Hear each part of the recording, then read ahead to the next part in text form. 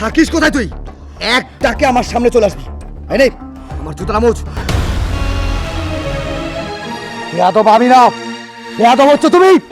কিছু একটা সহ্যের সীমা আছে। এই mister Abdul Chishti, just keep quiet. বুয়া, এই বুয়া। কি হয়েছে বাবা? কি হলো? থাকিস কোথায় তুই? এক ডাকে আমার সামনে চলে আসবি। এই নে আমার জুতোটা মোচ।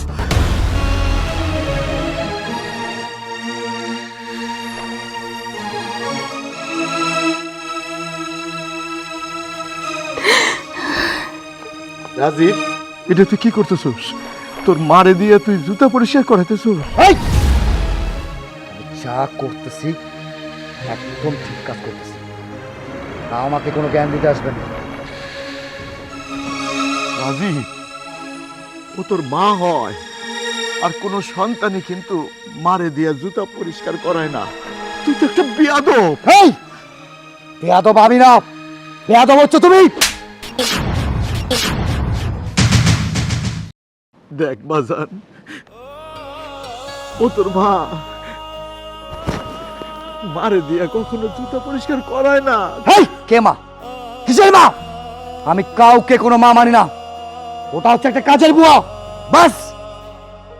না, ও কাজের বুয়া না। আমি ওরে তো বিয়ে করে এই সংসারে আনছি, আর তুই আমার সন্তান, সেই হিসাবে তো তোর মা হয়। এই, কিসের মা? কোথাকার মা? আমি কোনো মাটা কাউকে মানি না, না কোনোদিন মানছি, না কোনোদিন মানবো। জাস্ট আমার কাছে একটা কাজের বুয়া, বাস। রাজীব, গলা নামায় কথা ক, গলা নামায় কথা ক, কিন্তু সবকিছুর একটা সহ্যের সীমা আছে। এই mister Abdul Chishti, just keep quiet, just down your voice, হ্যাঁ, রাইট নাও। আর একটা কথা যদি তুমি আমাকে বলতে আসছো, আমি ভুলে যাব তুমি আব্দুল চিস্তি নাকি আমার বাবা।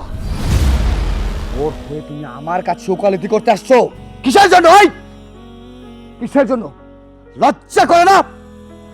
এত বড় একটা ছেলে থাকতে, ছেলের বউ থাকতে, তুমি তোমার দেহের মনোরঞ্জনের ক্ষুধা মেটানোর জন্য একটা মহিলাকে তুমি বিয়ে করে আসছো। তোমার তো লজ্জা হওয়া উচিত। একটা তোমার কবরে আর একটা কলার ছিলকায়। হ্যাঁ মিস্টার চিস্তি, কিছুদিনের মধ্যেই মরে যাবে, আর এখনো তোমার রঞ্জনের দেহের ক্ষুধা উঠে। লজ্জা হওয়া উচিত তোমার মতো বাবার। আমি যাকে মা মানি নাই, না কোনোদিন মানবো। সো প্লিজ আমাকে কোনো নলেজ দিতে আসবেন না মিস্টার আব্দুল চিস্তি, মাইন্ডেড। আর হ্যাঁ, আমি তোকে বলছি, আমি যেগুলো কাজ দিয়ে যাচ্ছি আমি যেন সময় মতো সবকিছু বুঝে পাই। তা না হলে না, আমার চাইতে কিন্তু খারাপ কেউ তোর জন্য হবে না। বিছানার চাদর পাল্টাবি, আমার কাপড়গুলো ধুবি, আমার রুম পরিষ্কার করবি, যা যা আছে আমার ঘরের কাছে সবকিছু যেন নিট অ্যান্ড ক্লিন দেখতে পাই। আর যদি না থাকে তাহলে কিন্তু খুব খারাপ হবে। মাইন্ডেড।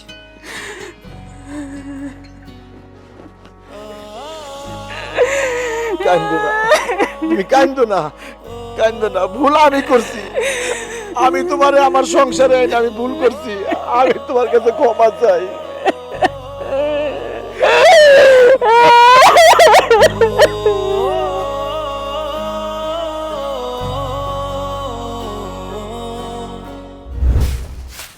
এই বুয়া, ঘরে খাবার কি কি আছে? আমার বন্ধু এসেছে, তার খাবারের ব্যবস্থা করো। বাজান, কোনো খাওন নাই, আমি রাইন্দা দেই। খাবার নেই মানে? এই ঘরের মধ্যে তুমি কি করো? হ্যাঁ, করোটা কি? তুমি দিন দিন যে কাজগুলো করছো না, তোমারে আমি ইচ্ছা করতে তোমার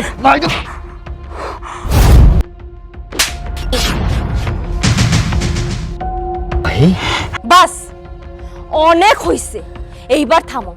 দিন দিন না একটা জানোয়ার হয়ে যাচ্ছ। তার সাথে কিভাবে কথা বলতে হয় এটা না পুরাই ভুলে গেছো। আরে একটা মায়ের বয়সী মহিলা, মা না মানতে পারো, মানা লাগবো না, মুরব্বি মানো। একটা অকৃতজ্ঞ সন্তানও না রাস্তার মহিলাদের সাথে এরকমের আচরণ করে না। তুমি ঘরের মহিলার সাথে এই ধরনের আচরণ করতেছো। আচ্ছা একটা কথা কত, আজকে যদি তোমার মা বাইসা থাকতো, তুমি কি তার সাথে এরকম আচরণ করতে পারতা না? কেন করতেছো জানো? এই যে অন্য ঘরের মহিলা, অন্য বাড়ির মহিলা তোমার মা হইছে না, হ্যাঁ তো পেটে ধরে না, এই জন্য হ্যাঁ সহ্য হইতাছে না। একটা কথা মাথায় ঢুকায় রাখো, মা মাই হয়, সৎ হোক আর নিজের হোক, সে কিন্তু মা।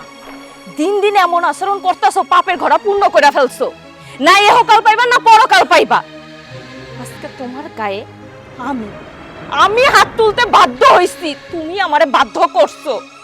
সকালবেলা মায়ের সাথে যে আচরণ কইরা গেছো সবটাই আমি দেখছি, কিন্তু মুখ বুঝাছিলাম। এখন থাকতে পারতাছি না। আজকে তোমার গায়ে হাত তোলার কারণে আমি যদি আল্লাহর কাছে পাপী হই, তাহলে আমি পাপিষ্ট। এই পাপ আমি বারবার করতে চাই। বৌমা, কারে কি বুঝাইতেছ? আমার পোলাটারে আমি অনেক বুঝাইছি, অনেক কইছি। বাজান রে, ও তো তোর মা হয়। ওরে আমি যখন সংসারে আনছি, ও তোর মা হয়, কিন্তু ও আমার কোনো কথাই কানে নেয় নাই। দিনের পর দিন ওর সাথে খারাপ ব্যবহার করছে। মানুষ মানুষের সাথে এরকম ব্যবহার করে না বৌমা। আল্লাহর আরশ পর্যন্ত কাইপে যায়। হইতে পারে ওর সৎ মা, কিন্তু তাই বলে কি এরকম ব্যবহার করবে? আর ও বারবার শুধু আমারে বলে, আমি এই বয়সে কেন বিয়ে করলাম, কেন বিয়ে করলাম। বাবা রে, ওই ঘরটার মধ্যে আমি দিনের পর দিন একা একা পড়ে থাকি। বৌমা সংসার নিয়েই ব্যস্ত থাকে। বৌমার পক্ষে তো সম্ভব না সব সময় আমাকে দেখভাল করার। আর তুই তুই তো আমার পোলা, আমার সহায় সম্বল সব বিক্রি করে আমি তোরে শিক্ষিত বানাইছি। এত বড় জুয়ান হইছস, আজ পর্যন্ত একটা দিনের জন্য কি এই বাপটার খবর নিছস? নেস নাই। আমি কি ভালো আছি না মরে গেছি, খাইছি না না খাই আছি, কোনদিন তো খবর নেস নাই। আর এই যে এই মহিলাটা, এই মহিলাটা খুব অসহায় রে। এর স্বামী মারা গেছে অনেক আগে। এর একটা ছেলে ছিল, ওই ছেলেটা নিশা ভাঙ করতো, ওর মারে খাওয়াইতো না। এই মহিলাটা দিনের পর দিন ওই ছেলের অত্যাচারে অতিষ্ঠ হয়ে গেছিল। তারপর আমি ওর খোঁজ পাই, আমি চিন্তা করি যে আমারও তো একটা সঙ্গী দরকার। আমি শেষ বয়সে আমার সেবা যত্ন কে করব? ও দুঃখী, আমিও দুঃখী। এইটা চিন্তা করে ওরে আমার সংসারে আনি। আরে বাবা, সৎ মা, সৎ অর্থ কি জানোস? ভালো। ও তোর ভালো মা। রাজীব রে, আমি অনেক দিন দেখছি, অনেক রাত দেখছি তোর এই সৎ মা, তুই যারে বুয়া ডাকোস, এই তোর বুয়া রাত্রেবেলা দরজা খুইলে বইসা থাকে। কখন রাজীব আইবো, কখন ঘরে ঢুকবো, তারপরে তোর এই বুয়া ঘুমায়। তুই না খাইলে তোর এই বুয়া খায় নাই রে রাজীব। চাচা, আপনি থামেন। কি রে রাজীব, তুই কি মানুষ? তুই কেমন মানুষ? যে মানুষ মাকে এভাবে অপমান করতে পারে, সে কি মানুষ? তুই যে আমার বন্ধু, এটা ভাবতেও তো আমার খুব কষ্ট হচ্ছে রে। ছি ছি ছি ছি ছি। তোর মতো একটা অমানুষের সাথে এতদিন আমরা মিশছি, আমি তো পুরো অবাক। আমি এখান থেকে গিয়ে প্রত্যেকটা বন্ধু বান্ধবকে বলবো, রাজীব তো মানুষ নাই, ও জলজ্যান্ত একটা অমানুষ, যে কিনা তার মাকে অপমান করে, যে কিনা তার বাবাকে অপমান করে। হ্যাঁ, আমি মেনে নিলাম ওই মহিলাটা তোর সৎ মা, উনি তো একা একা আসে নাই তোর বাড়িতে। তোর বাবা তাকে শরীয়ত মতো বিবাহ করে এই বাড়িতে নিয়ে আসছে। তুই তাকে অপমান করা মানে তো তোর বাবাকে অস্বীকার করা। এই মুখটা তুই কিভাবে দেখাবি এই সমাজে? আমার তো ইচ্ছে করছে কি জানিস, তোকে ইচ্ছে মতো আমি জুতা পিটা করি। আজকের পর থেকে না, তোর সাথে আমার সমস্ত সম্পর্ক ছিন্ন। চুপ কর বন্ধু, চুপ কর। আমার আমাকে আমাকে আর লজ্জা দিস না। আমি আমি সত্যি অনেক অনেক বড় অন্যায় করেছি রে। তুই একদম ঠিক কথা বলেছিস। আমি তোর মানুষ নাই রে। আমি ভিতর থেকে না একটা অমানুষ হয়ে গেছি। কি করবো বল? সেই ছোট্টবেলায় আমি আমার মাকে হারিয়েছি। এরপর থেকে মায়ের আদর, মায়ের ভালোবাসা, মমতা, এই সব কিছু সম্বন্ধে আমার কোনো অভিজ্ঞতা যে নাই রে। আমি তো বুঝি না যে মা কিভাবে ভালোবাসে, মায়ের আদর কেমন হয়। আমি তো কখনো এইভাবে মাথায় হাত বুলিয়ে আমার মায়ের ভালোবাসা আমি পাইনি রে। এই জন্য না আমি বুঝিনি রে। মা গো, ও মা, আমি আমি সব সময় তোমাকে বুয়া বলে ডাকছি মা। আমি যে অনেক বড় অপরাধী। একটা মাকে আমি চাকর বানিয়েছি, এর মতো অভাগা সন্তান পৃথিবীতে নাই মা। আমাকে তুমি মাফ করে দাও মা, এই ভুল আমার আর জীবনে হবে না মা গো। তুমি যদি আমার মাফ না করো, আমার আল্লাহ যে আমার কোনোদিন মাফ করবে না মা। আমি ভুল হয়ে গেছি, আমাকে মাফ করে। সাবাস বন্ধু, সাবাস।